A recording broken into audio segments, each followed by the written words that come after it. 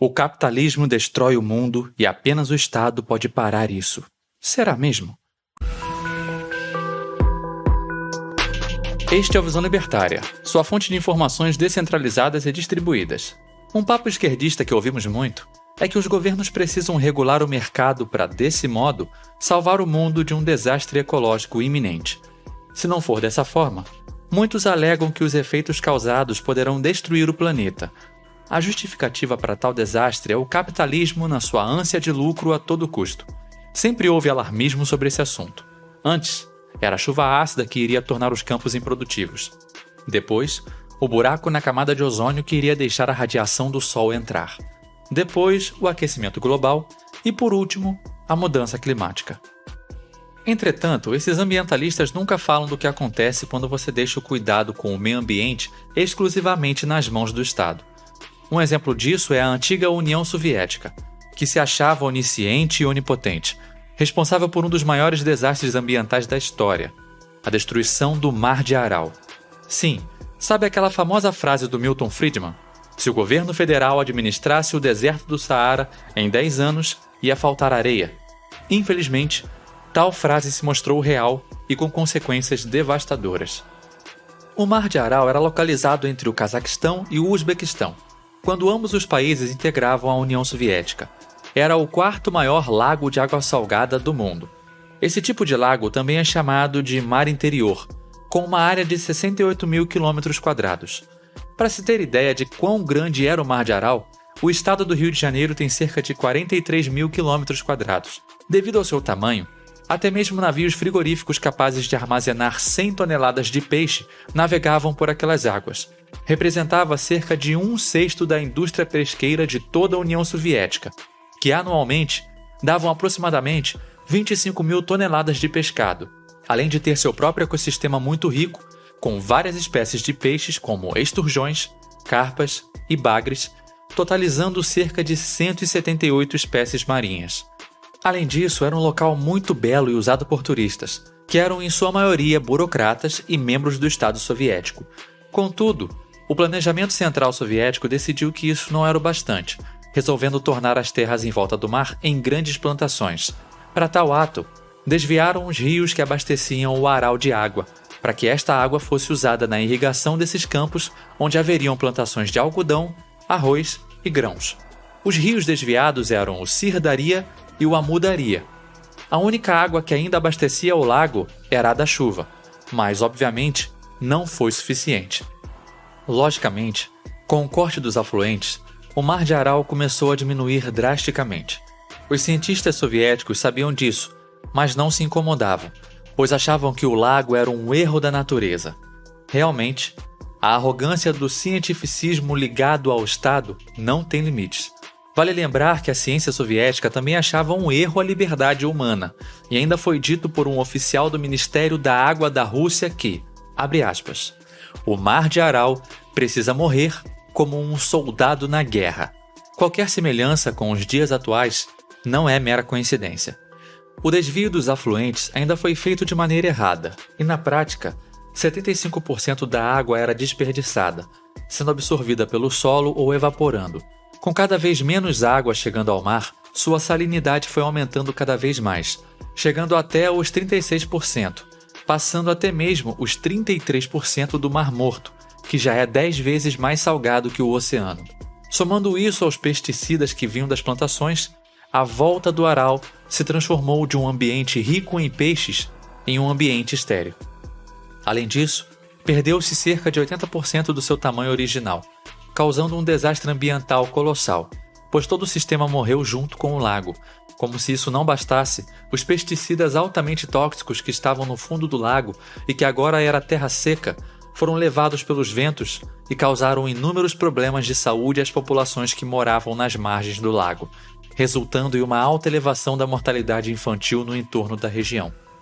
O cenário, que mais parece um filme pós-apocalíptico, é agora um imenso deserto, com várias carcaças de barcos enferrujados a céu aberto. E como já dissemos, tal tragédia não foi um acidente, mas sim algo deliberado. A ideia começou na era Stalin e foi sendo implementada ao passar dos anos. Tudo na base do trabalho escravo. pelo qual as pessoas eram mandadas para os gulags. Depois da morte de Stalin, seu sucessor, Nikita Khrushchev, ainda disse, abre aspas, usem quanta água for necessária. Ou seja, ele quis dizer, o mar que morra. Toda a água que estava sendo roubada do mar era usada nas plantações, sendo que o principal cultivo era o algodão, o chamado ouro branco. A União Soviética até virou líder mundial em exportação de algodão. Mas se você acha que a venda desta matéria-prima era de alguma forma revertida para o bem da população, você se enganou. Não era. O cultivo era feito através de um regime de total servidão da população. Até mesmo as escolas foram fechadas para que as crianças trabalhassem nos campos do ouro branco. Para os camponeses escravizados, o algodão era mais uma espécie de maldição branca, trazendo contaminação por pesticidas para a pobre população. Como o Estado é incrivelmente ineficiente em gerir qualquer atividade econômica, muitos campos de algodão foram criados, porém, sem que houvesse pessoas ou máquinas suficientes para colhê-los, fazendo com que fossem desperdiçados. Para bater as metas de Moscou de 5,5 milhões de toneladas anuais de algodão, os camponeses tiveram que passar a colocar areia ou pedras nas sacas.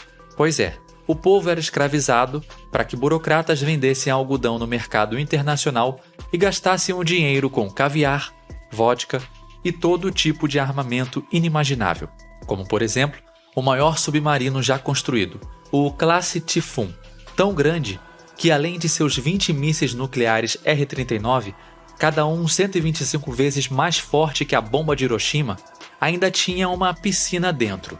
Tudo isso às custas dos mais pobres. O mais curioso é que sempre ouvimos que o capitalismo malvadão é que faz isso, não é? Com o encolhimento do mar, as vilas de pescadores viraram cidades fantasmas, dado que, sem o mar, as famílias, que por gerações se sustentaram da pesca, agora não sabiam mais o que fazer. No final da década de 1970, a indústria da pesca colapsou completamente, o que, além do prejuízo econômico, significou menos alimento para o povo da União Soviética. Quando os burocratas soviéticos viram a burrice que tinham feito, já era tarde demais. Pensaram ainda em uma solução fantasiosa de trazer água para o Mar de Aral através de desvios de rios siberianos. Bem, o problema é que, para isso, precisariam cavar canais por milhares de quilômetros, o que seria um plano completamente irreal e utópico. Com a desertificação da região, tempestades de areia começaram a aparecer pelo local. Nas palavras de um pescador que perdeu tudo, ele disse: "Eu passei pela guerra e sofri com os meus ferimentos por 40 anos, mas isso aqui é uma situação muito pior. A guerra pode acabar e bombas nucleares podem parar, mas isso é impossível de parar. Enquanto estamos aqui falando, a natureza continua com seu trabalho destrutivo e esta é toda a criação de nossos chamados grandes cientistas", disse também uma mulher que vivia à beira do mar.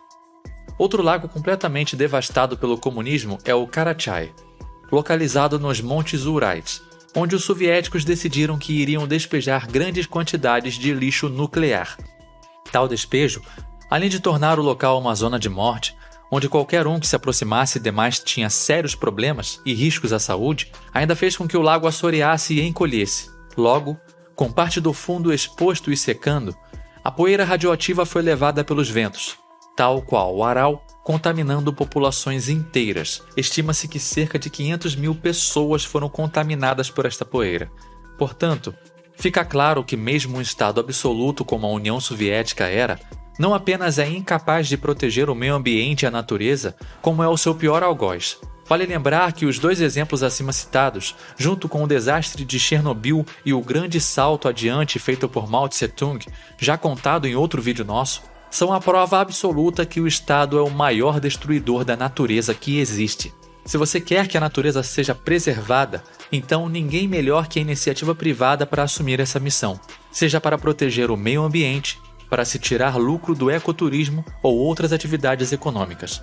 A iniciativa privada já provou ser muito superior a qualquer Estado. Quer 2 exemplos? A famosa atriz Luísa Mel comprou um terreno de floresta com cerca de 1 milhão de metros quadrados que a mesma transformou em um santuário para animais. Agora, falando do ecoturismo, os hotéis fazenda ou as reservas particulares destinadas a safaris são grandes exemplos de como a iniciativa privada preserva a natureza com obtenção de lucro. A grande diferença entre o Estado cuidando bem entre aspas do meio ambiente é que em quase tudo, se um gestor fizer alguma besteira, ele dificilmente será responsabilizado ou sofrerá pessoalmente as consequências. Os burocratas que mataram o Aral não sofreram nada.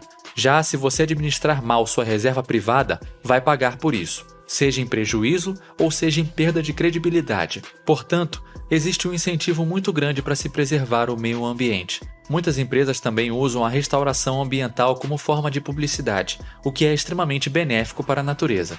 Portanto, sempre que ouvir aquele papo de que o capitalismo está destruindo o mundo, lembre-se do que a União Soviética fez com o Mar de Aral. Obrigado por sua audiência. Esse artigo foi sugerido e escrito por Giuseppe, revisado por Paulo Almeida e narrado por mim, Rafael Dufra. Se você gostou deste vídeo, clique no ícone de curtir abaixo e compartilhe o vídeo em sua rede social. Se você deseja ser notificado de outros vídeos, clique em se inscrever e depois no ícone de campainha. Para mais informações sobre ambientalismo e livre mercado, visite o canal do Marco Batalha. Um abraço e até a próxima.